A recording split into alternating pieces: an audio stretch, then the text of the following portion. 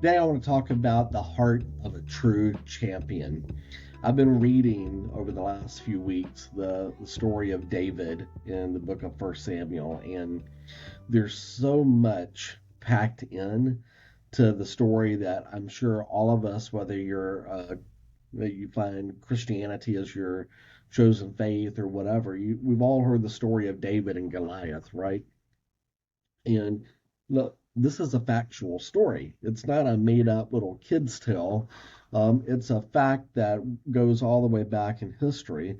So, but there's so much cool things that go with the story, and I feel like it's very relevant to our life today, very relevant to our life in business, very relevant to our personal family life. There's so much in it. What makes the heart of a champion? And when you talk about the heart and when you talk about the story of David, God called David a man after his own heart. So, when we're defining the heart of a champion and when we're talking about the life of David, number one, David was not the biggest. He wasn't the biggest and baddest man that could have gone up against Goliath. He was definitely not the most experienced. In fact, if you're looking at him and looking at his brothers or any others, he is definitely not the most obvious choice.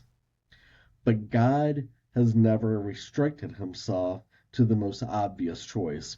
God looks for available hearts. He doesn't look for perfect resumes.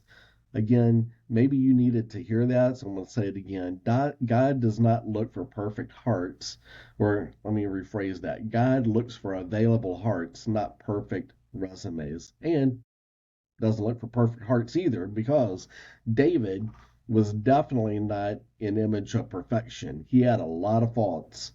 A lot of faults. That too gives me hope for myself, right? Because I know I have a lot of faults. I know where my shortcomings are, but God used David. Everybody else, when they were on the battlefield, saw a giant when they saw Goliath, and they calculated the odds. David saw a giant and remembered his God. David saw a giant and remembered who his God was. And here's what I love: David didn't pretend Goliath wasn't real.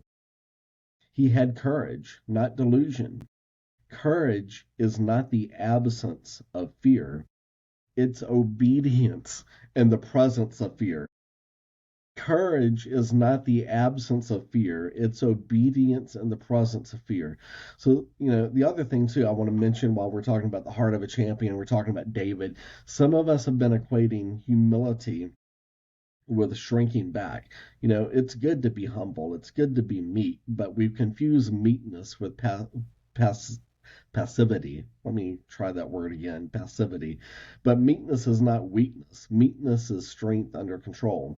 David wasn't arrogant, but he also was not complacent. He didn't walk into the valley to see what happens. He walked in with faith and with a winning mindset. And listen, a winning mindset doesn't mean that I'm better than everyone. It means God is with me, so I will not live small. Maybe you need to say that line with me. God is with me, so I will not live small. There's a difference between saying I can't and calling it humility versus saying God can and stepping forward in faith. God didn't create you or me to be a spiritual weakling. He created you to stand, to fight the right battles, to protect what matters, and to live with holy confidence. So if you're facing a giant right now, whatever that giant may be, it could be fear, because I've faced that giant before. It could be addictions. It could be debt. Faced that giant before too. It could be anxiety. I think we all have a level of that we face. Maybe it's a broken relationship. Maybe it's a calling you've been avoiding. Remember this: the giant that is right in front of you right now is never bigger than God is within you. The giant that's in front of you right now is never bigger than God is within you. So, what does that mean? Heart of a champion, being like David, show up, trust God, pick up your stones, and don't confuse being humble with being hesitant. A champion's heart isn't loud, it's just faithful. Let's have the heart of a champion as we get ready to finish this year up, head into 2026. We need to step up. I believe God called us to be champions. He did not call us to be weak. He did not call us to be complacent. He called us to stand up, be warriors, be faithful, be obedient, but also be trusting that He's got this. So let's walk in faith like David, pick up the stones today, and let's go to battle. Who's with me? Hope you have a great day. See ya.